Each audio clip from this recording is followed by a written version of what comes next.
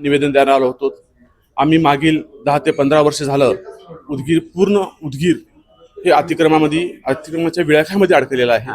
15 वर्षापासून आम्ही मुख्यमंत्री, उपमुख्यमंत्री, IG, collector, deputy collector, police station, deputy नगर परिषद भरपूर वेळेस आम्ही निवेदन दिलेलं आहे। मग आज आम्ही ह्या निष्कर्षावर पोहोचलो आहोत की आम्ही मतदानावर बहिष्कार करणार, नगरपालिका मतदानावर बहिष्कार करणार। आम्ही येणाऱ्या प्रत्येक ग्राहकाला, आमच्या कुटुंबाला, आमच्या गल्लीतल्या सगळ्या माणसांना हे आम्ही सगळं सांगून ठेवलेलं आहे की आपण मतदान करायचं नाही। कारण मतदान हे शहर स्वच्छ करायचंय, शहर सुंदर करायचंय, प्रत्येक माणसाला त्रास होऊ नये ह्या विषयासाठी आपण मतदान करतो। कारण हे राजकीय पाठबळच असं वाटत असल्यामुळे आम्ही ह्या मतदानाला सर्व व्यापारी बहिष्कार करत आहोत। किती दिवसामध्ये तुम्हाला हे कायमस्वरूपी करायचंय का कशा प्रकारे करायचं? आम्हाला हे कायमस्वरूपी उदगीर शहर हे अतिक्रमण आणि गाडे, रिक्षेवाले, जे काही 2 व्हीलर पार्किंग, 4 व्हीलर पार्किंग ह्यांची पूर्ण व्यवस्था करावी आणि उदगीर शहर हे सुंदर करावं।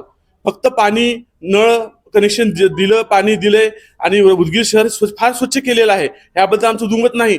पण ज्या रक्तवाहिन्या, जे आपले रस्ते समजले जात आहे ते जर क्लिअर नसतील तर हार्ट ब्लॉक होणारच आहे। आज शिवाजी चौक जाऊ द्या, पत्तेवार चौक, मुक्कावार चौक, पोलीस स्टेशन, इथं प्रत्येक माणसा 10 ते 15 मिनिट थांबावं लागतं। पत्तेवार चौकात, मुक्कावार चौकात कुठलाही साधारण व्यक्ती सुद्धा येऊ शकत नाही, चलत जाऊ शकत नाही। किती दिवसामध्ये आपल्याला हे करायचं? आम्हाला हे 4 ते 5 दिवसाचं आम्हाला मोकळं करून दिलं तर आम्ही आनंदाने मतदानाला जाऊ आणि जेवढं होईल तेवढं बहुमतानं मतदान लागतं। सर्व हिंदू बांधवांना जय श्रीराम। उदगीर शहर येथे अतिक्रमण काढण्यात यावं या संदर्भामध्ये जवळपास 14 वर्ष व्यापारी वर्ग यासाठी प्रयत्न करत आहे। तरी पण अनेक वेळा लक्ष्मीनारायण मंदिर ते कॉर्नर चौक या ठिकाणी अनेक गाडी त्या ठिकाणी थांबतात आणि तिथे व्यापाऱ्यांना, जे की अनेक लाखो त्या ठिकाणी भाडे देऊन त्या ठिकाणी व्यापारी आहेत, त्यांना त्रास होत आहे। अनेक वेळा त्या ठिकाणी दंगलीचा असे अनेक प्रसंग आलेले आहेत। अनेक वेळा असे आम्हाला फोन पण येतात की अशा प्रकारे आम्हाला या ठिकाणी त्रास होत आहे, आपण काही ते करावं। पण अनेक वेळा पोलीस स्टेशन असेल किंवा प्रशासन असेल यांना निवेदन देऊन देखील ते गाड्या हटल्या जात नाहीत। यासाठी प्रशासनाने त्या संदर्भात कडक कारवाई करावी असा आपणास आवाहन करतो व विनंतीही करतो।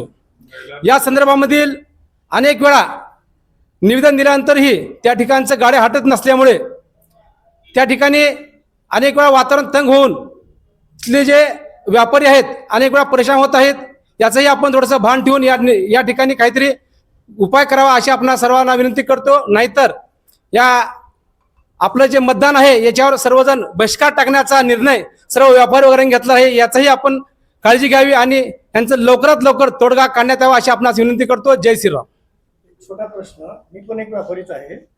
जे व्यापारी आपल्या समोर आपणच पाट्या, आपणच गाणार, आपलंच सामान, असे अनेक व्यापाऱ्याचे अनेक सामान होते।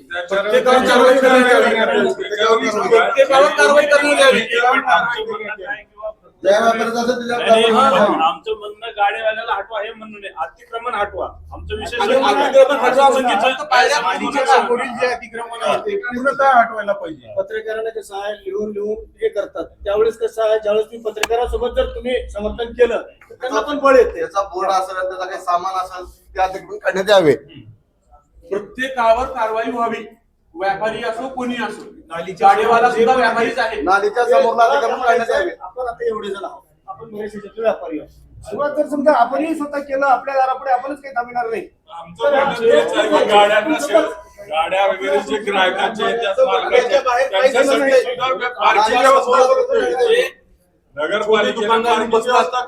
तुम्ही करतात, गुंडे घालतात दुकानावर, 100% करा। भाजीपाला सरकत नाही, हे कोणी सरकत नाही। महिला त्या एरियातून जाऊ शकत नाही व्यवस्थित।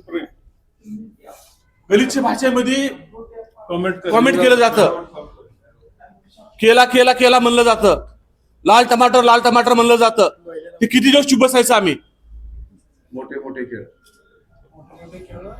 म्हणजे असं वाईट कॉमेंट करण्यात येतं, त्यावर पूर्ण तुमचा निवडणुकीवर बहिष्कार आहे असं तुमचं मत आहे।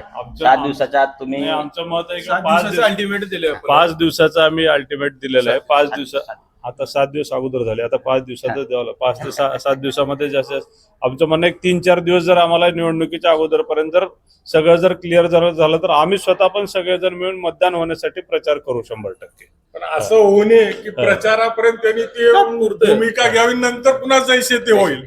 त्यासाठी परमनंट सोल्युशन काढण्यात येईल. आपण दरवेळेस असंच झालेलं आहे. आपण 2 ते असं निवेदन फक्त 2 केलेलं ते आहे. माननीय मुख्यमंत्री साहेबांना आपण देखील आपण पत्रव्यवहार केलाय. बिलकुल. त्या संदर्भात तुमचं काय म्हणणं आहे? मुख्यमंत्री साहेबांना 2-3 वेळेस आपण पत्रव्यवहार केला होता, पण त्यांच्याकडून आपला कुठलाही ईमेल आला नाही किंवा कुठलीही प्रतिक्रिया वापस आलेली नाही. लातूर मधली गंजगोलाई सुधरू शकते तर उदगीर मधले 3 चौक सुधरू शकत नाहीत का? त्याला प्रशासन जबाबदार आहे का स्वतःहून कार्यकारी जबाबदारी आहे? धन्यवाद.